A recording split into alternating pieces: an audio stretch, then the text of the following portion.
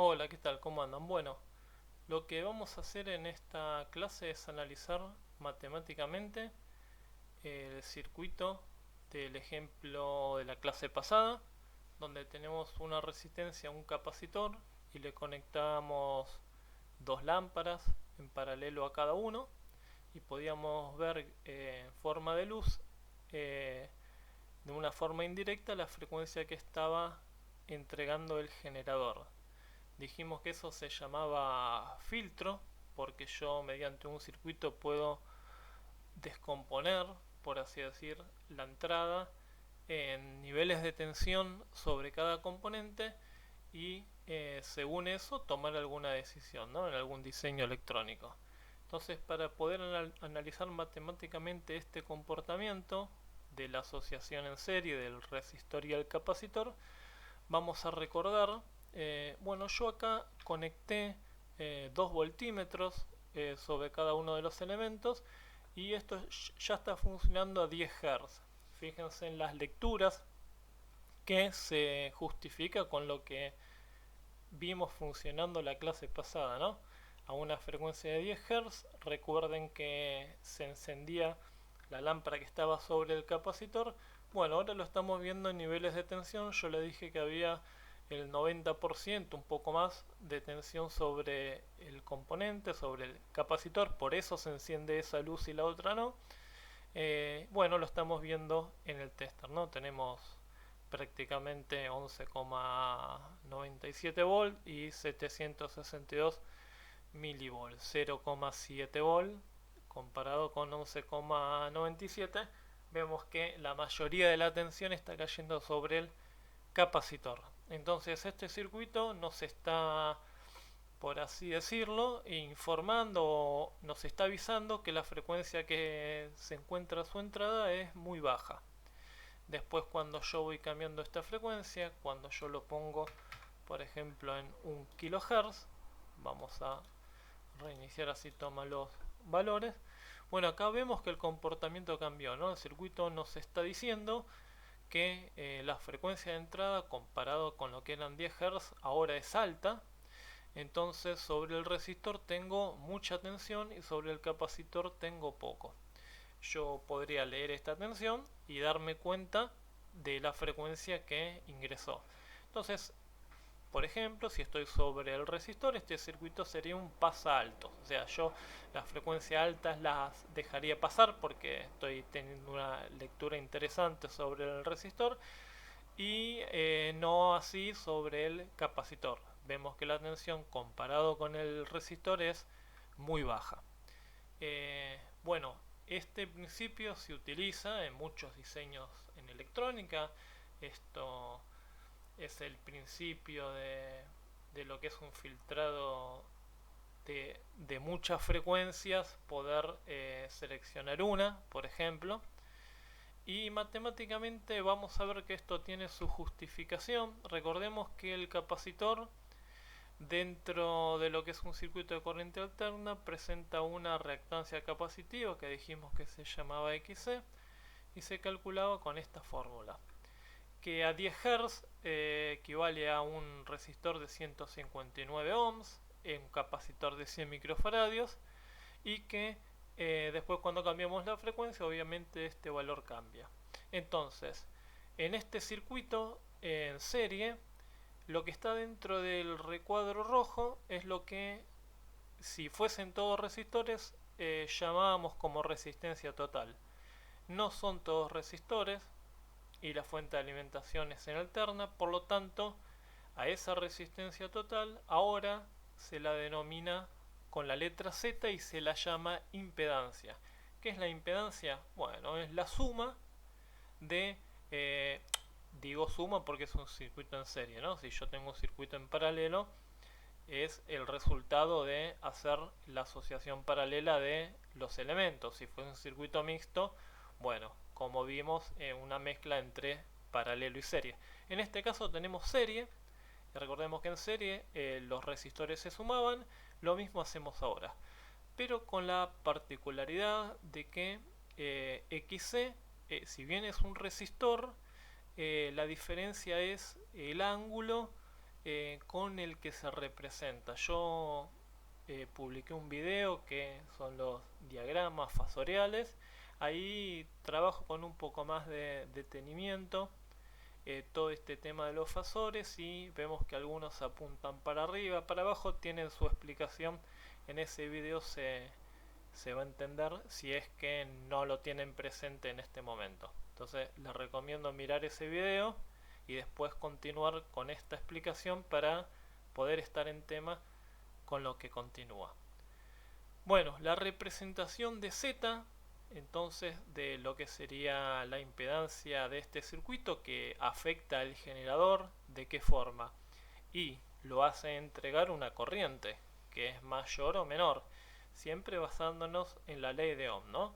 Entonces recordemos la ley de Ohm, P igual I por R, o sus derivados, en este caso I igual B sobre R, me servía la corriente, por eso la despejé.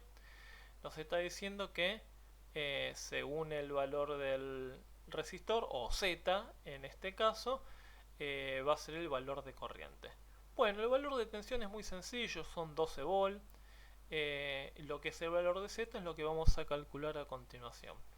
Recuérdense, este es un circuito capacitivo porque tiene el único elemento reactivo que tenemos es un capacitor. Si tendríamos además un inductor, habría que ver cuál es más reactivo que el otro y ver si nuestro circuito es capacitivo, inductivo o puede ser que sea resistivo, en el caso de que la parte capacitiva e inductiva sean iguales, pero eso viene más adelante.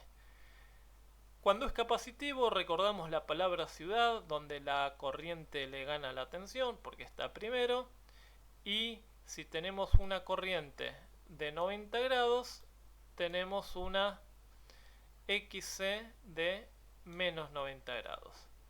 Bien. Bueno, entonces un primer método que suelen hacer los alumnos es decir, bueno, voy a sumar 10 ohms con 159 ohms, porque con los resistores hacíamos eso, lo sumábamos y me da 169 ohms. Eso está mal. Eso serviría si yo estoy sumando 10 ohms con otro resistor que se dibuja sobre el eje X, el resistor, de 159 ohms. Ahí estaría bien, esto daría 169 ohms, o sea, desde acá hasta acá tengo 169 ohms. Pero no es el caso, porque recordemos que si bien el resistor se dibuja sobre el eje X, la reactancia de capacitivo se dibuja a menos 90 grados sobre el eje Y.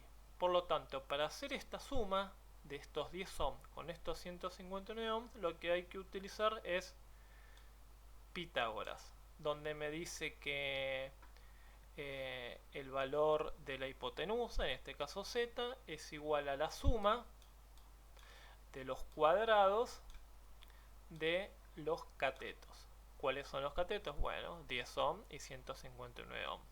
Si ingresamos esto en la calculadora nos da un valor de 159,31 ohms. Y es de esperarse, ¿no?, que un valor tan grande, un valor tan chiquito, prácticamente en lo que es Z no lo afecte. Bueno, ¿cómo se calcula entonces la corriente? Bueno, como habíamos dicho, ¿no?, los 12 volt, que es el valor del generador que tenemos en nuestro circuito, dividido el valor de Z, Z lo acabamos de calcular. Entonces, si ingresamos 12 y 159,31 ohms acá abajo, nos da un valor de 75,3 mA. Bueno, calcular la tensión es muy sencillo. Tenemos la misma corriente. Lo que hacemos es, primero, si yo quiero la tensión en el resistor, voy a utilizar el valor de R, ¿no? Entonces yo tengo I por R.